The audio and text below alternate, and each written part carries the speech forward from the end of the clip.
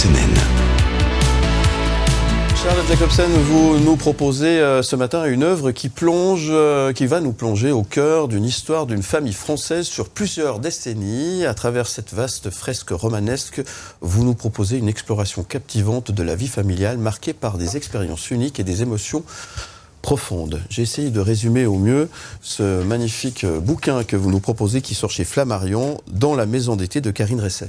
Oui, tout à fait. On est en Bretagne en 2022.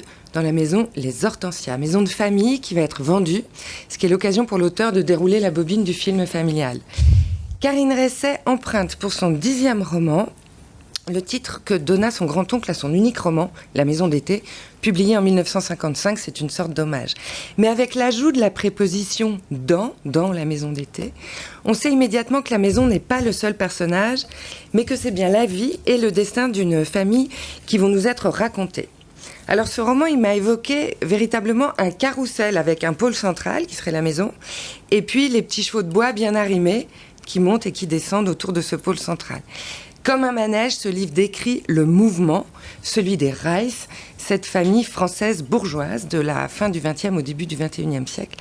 L'auteur, qui fait partie de cette famille, qui s'appelle Reiss, écrit une fiction autobiographique, et je la cite, « On verrait les personnages naître, grandir, prendre de l'âge et mourir. » Alors que voit-on par le trou de la serrure ou derrière les fenêtres de cette maison ? Oui, alors on se sent effectivement dans cette position d'observation comme une petite souris.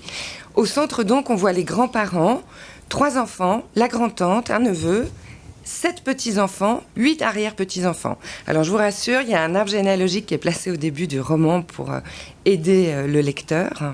Au gré des vacances, des week-ends, des études, des confinements aussi, puisqu'on va aller des années 80 jusqu'à aujourd'hui, c'est pas moins de 30 personnages qui vont se croiser, vivre ensemble, partager, s'aimer, s'agacer, se fâcher, et puis se soutenir dans la souffrance, car cette grande famille n'a pas été épargnée par les drames. Mais c'est aussi toute une époque qu'on traverse, les années 80, le Paris-Dakar, les Enfoirés, France Gall, Daniel Balavoine, Touche pas à mon pote, François Mitterrand, les années SIDA, les attentats de Charlie Hebdo et du Bataclan. Bref, en toile de fond de ce récit intime, c'est 40 ans de vie sociale, politique et intellectuelle que revisite le lecteur. Est-ce qu'il y a des personnages qui vous ont marqué plus que d'autres dans ce bouquin ? Oui, alors je les ai tous aimés, mais évidemment j'ai été plus particulièrement marquée par Rose, qui est la grand-mère solaire, qui a su rester une femme à côté de son rôle de matriarche, aimante, touchante. Il y a aussi un Pierrot, le neveu très fantasque, Agnès, la tante artiste célibataire, qui a été inspirante pour beaucoup de membres de cette famille. Et puis Hélène, qui est, elle, la femme meurtrie et résiliente. Et puis, surtout, Barbara, la fille d'Hélène, qui est la narratrice, dont je me sens très proche. En fait, je suis née la même année qu'elle, et elle est devenue, au fil de ses romans, comme une amie. Je me reconnais en elle. On a manifestement vécu pas mal de choses en commun. Je la connais absolument pas pour de vrai, mais je me reconnais en elle, donc je suis totalement dans ma zone de confort quand je lis ses romans. Je reconnais aussi ma maison dans la sienne, parce que j'ai la chance d'avoir une maison de famille en bord de mer qui vit au rythme des marées et qui sert aussi d'encre à la famille. Ouais, qu'est-ce qui nous fait tourner les pages de cette fresque familiale alors cette fresque familiale, elle se dévore en effet, comme nous les libraires on dit que c'est un page-turner. Les chapitres donnent la parole absolument à toutes les générations à tour de rôle, mais on peut se demander en effet quel est l'intérêt de s'intéresser finalement à une famille comme les autres. C'est pas un polar, on va rien nous raconter. Voilà, on est plutôt au cœur d'une histoire intime.